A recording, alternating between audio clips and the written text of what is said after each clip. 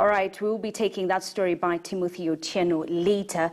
So, did the government lie about the existence of an isolation ward that would control the spread of coronavirus after the World Health Organization declared the coronavirus outbreak a public health emergency of international concern?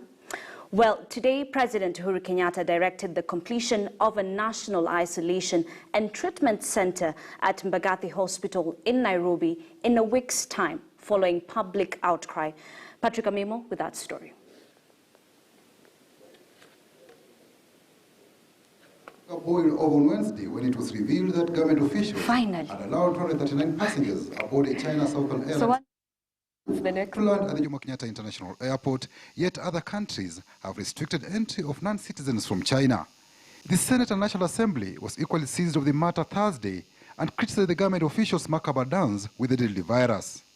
All these decisions form a cabinet ad hoc committee, and we're working on this together. What I'm saying is that, look, I can't go into the intricacies of the disease.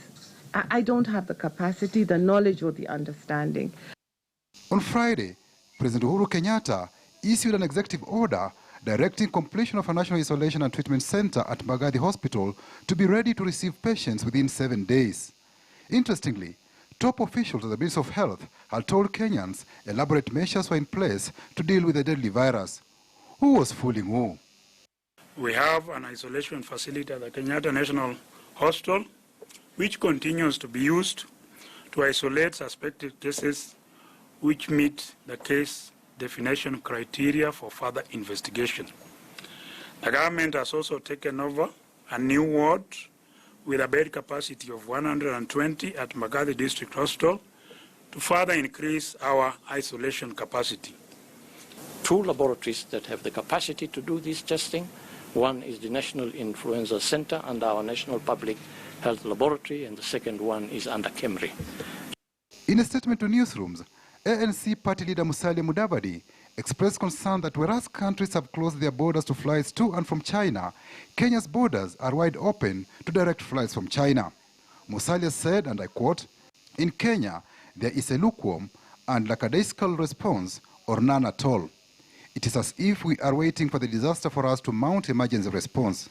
It is no wonder pale efforts are concentrated only at airports, leaving land and sea entries unmanned." End of quote. The whole world is scared of coronavirus.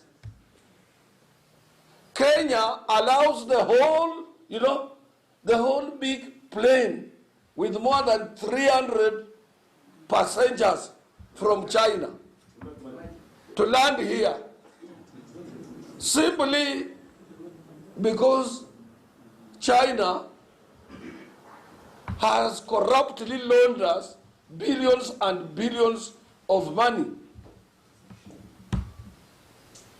We have lost our manhood to China. In the US, President Donald Trump has declared a public health emergency that will see Americans returning from the affected provinces in China subjected to 14 days of mandatory quarantine.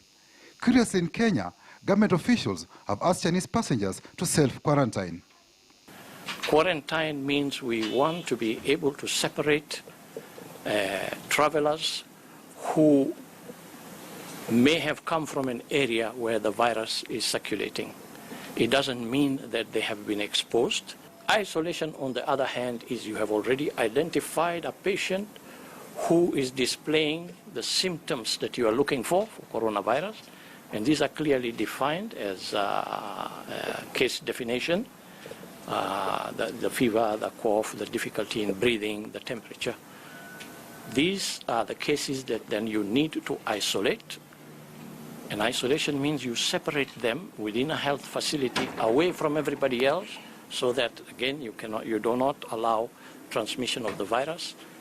Musalia Mudavadi said it was ridiculous for government to talk about self-quarantine, a term not known in any medical dictionary and practice. President Uhuru Kenyatta has dissolved the Cabinet's ad hoc committee on health and the Interministerial Technical Committee and replaced it with the National Emergency Response Committee on Coronavirus. The Emergency Response Committee will be chaired by the newly sworn-in Cabinet Secretary for Health, Mutahi Kagwe.